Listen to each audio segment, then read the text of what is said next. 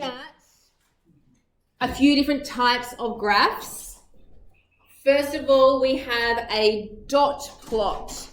So down the bottom, you'll see people's favourite colour, and each dot represents a person that likes that colour. So you can see that yellow was the most popular colour, and you can count up how many people liked yellow.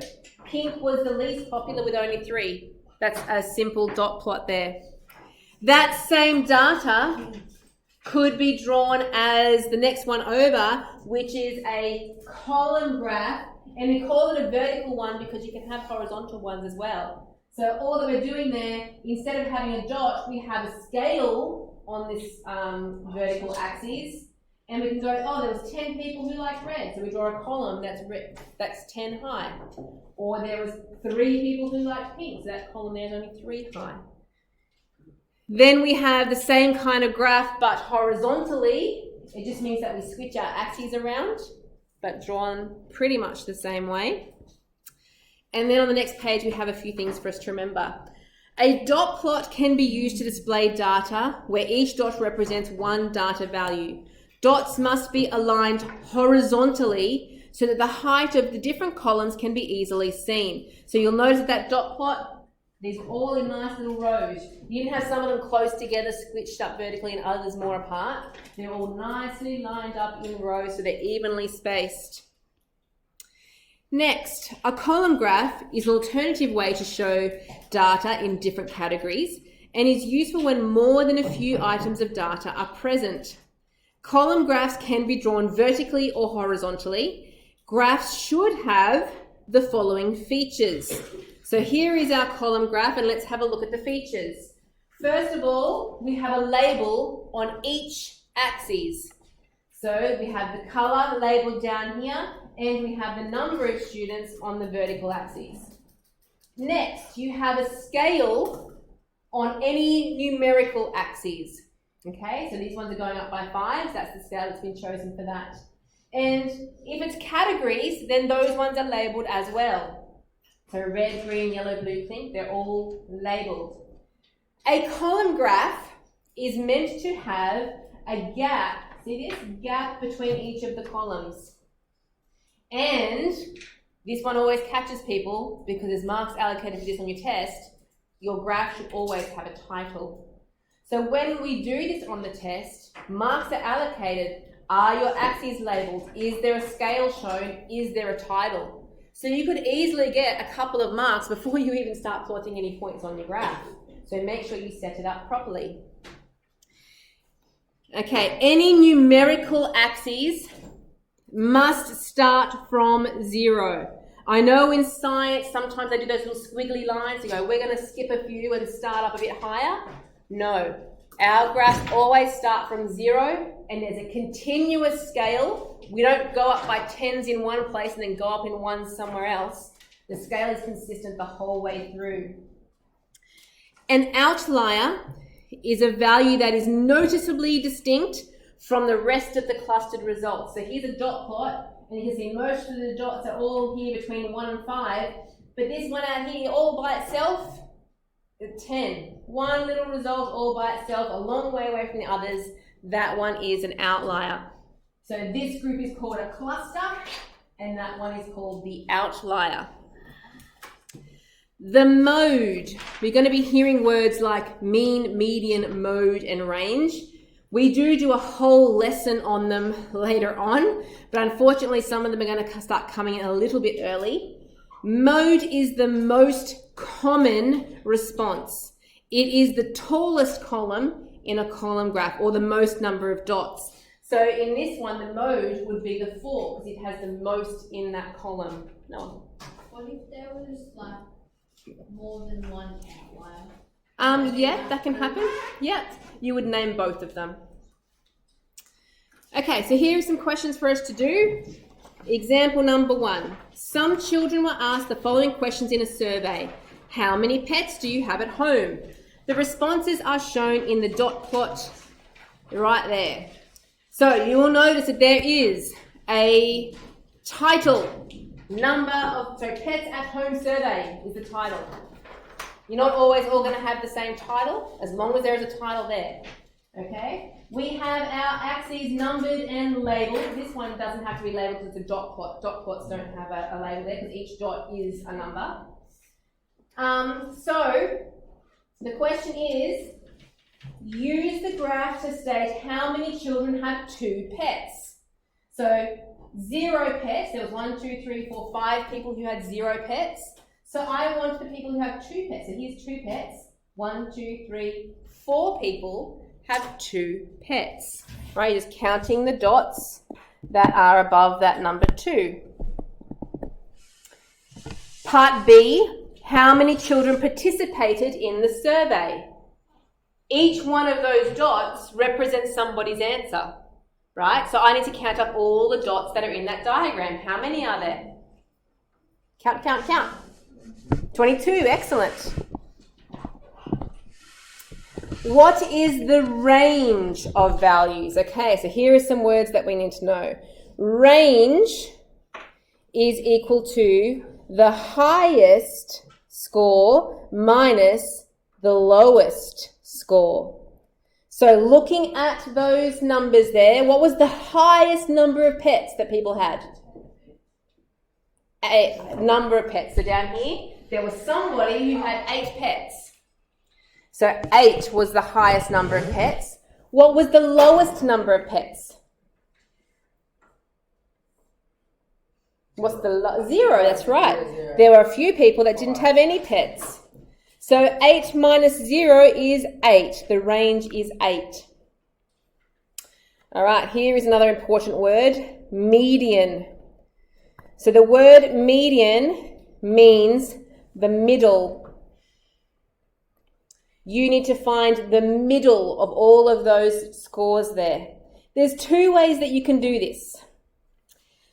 You can cross off from the beginning and the end until you find the middle. So I would start with the 0, I go cross that one off, cross the one off the end. Cross that one off, cross that one off.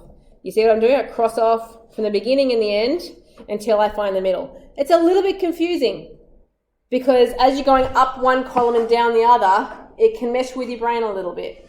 So that method is good if all of your numbers are in a line. You just cross off at the beginning and the end. But another way to do it is to take this little formula that I'm going to give you, which is n plus 1 over 2. Now doing that tells you the position of the median. Now, n represents the number of scores. Now, we had 22, right? When we counted, there was 22 scores. So if we go 22 plus 1 divided by 2, what's that? 22 plus, it's 11.5. I'll tell you, right? It's 11.5. So that means I want to find, it's between the 11th and the 12th, so 11.5. So you count through your dots. 1, 2, 3, 4, 5, 6, 7, 8, 9, 10, 11 and 12 are those 2 dots there. Both of them are in a score of 1 pet, because they're both in this column here, 1 pet. So my median is 1. Median equals 1. What is the outlier? The one that's all the way out by itself is the 8. Good. And mode. We talked about this one already. The word mode stands for most occurring. I remember that because they both start with M-O. Mode and most. So which one happens the most? Number 1 again. So that is a 1 as well. Okay? So that is reading stuff off of a graph. Question 2 is you have to draw a graph. So there is going to be a fair bit of graphing in this topic. It's a lot of graphs. So I do have some rulers here. Who needs one? You might have to share. Please try to... I don't have to baby then. Please try to have one from here on in because you know you're going to need it. We're nearly finished. You got one? Thank you. Okay. Lack confidence. So we are going to draw a column graph to represent the following people's heights. So we have names, that's going to go on one axis, and we have height for the other axis. Now remember, we can do it vertically or we can do it horizontally. Which one do you think I should do, given the amount of space that was been given there? Horizontally, because there's really not much space vertically, okay? So grab your ruler and write down near the bottom, because you want to give yourself a fair bit of space. We're going to draw our horizontal axes. Thank you. So draw a nice big long line there. And because my heights go up to 150, remember we can't just skip a few. I have to go from 0 all the way up to 150. I'm going to go up by 10. So every centimetre is going to be 10, right? So I need 15 centimetres.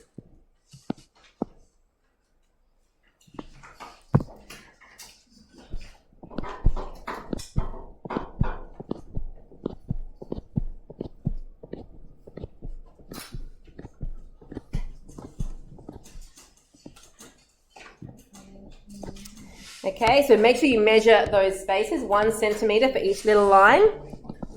And we're going up by 10, so 10, 20, 30, and so on.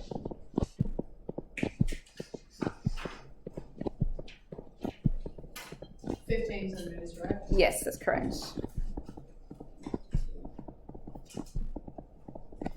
Okay, I have a scale. I also need a label for that axis, and that's going to be their height in centimetres. Graphs are all about displaying your data, so make sure that they look good and are accurate. So the vertical axis, we are going to have the people's names. So there is 1, 2, 3, 4, 5 of them. So I'm going to need, do you have enough room there for 5 centimetres? Maybe, hopefully.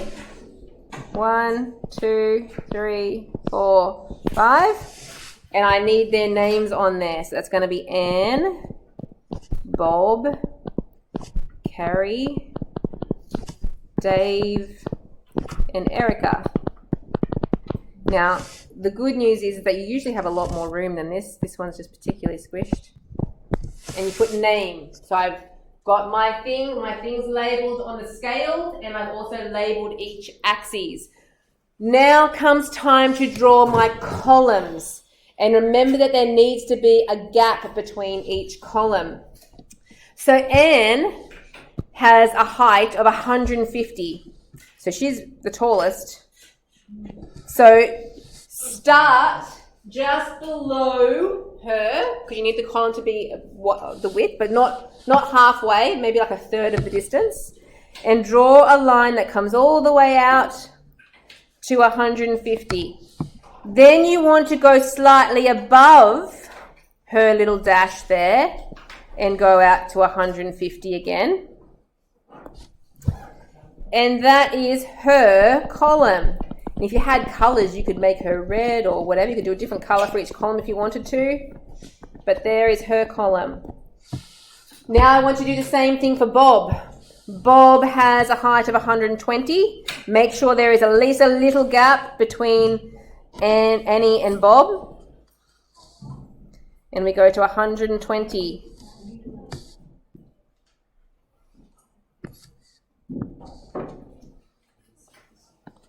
Okay, then I go to Carrie, who's 130.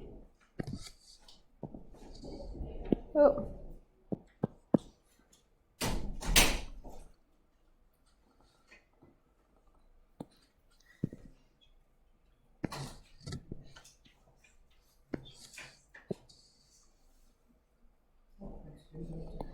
And then Dave, sorry, I nearly missed Dave. Dave's 100. Try to keep, I know it's very small space here, so this is a difficult one, but try to keep all your columns about the same width. And lastly, Erica, who's 140.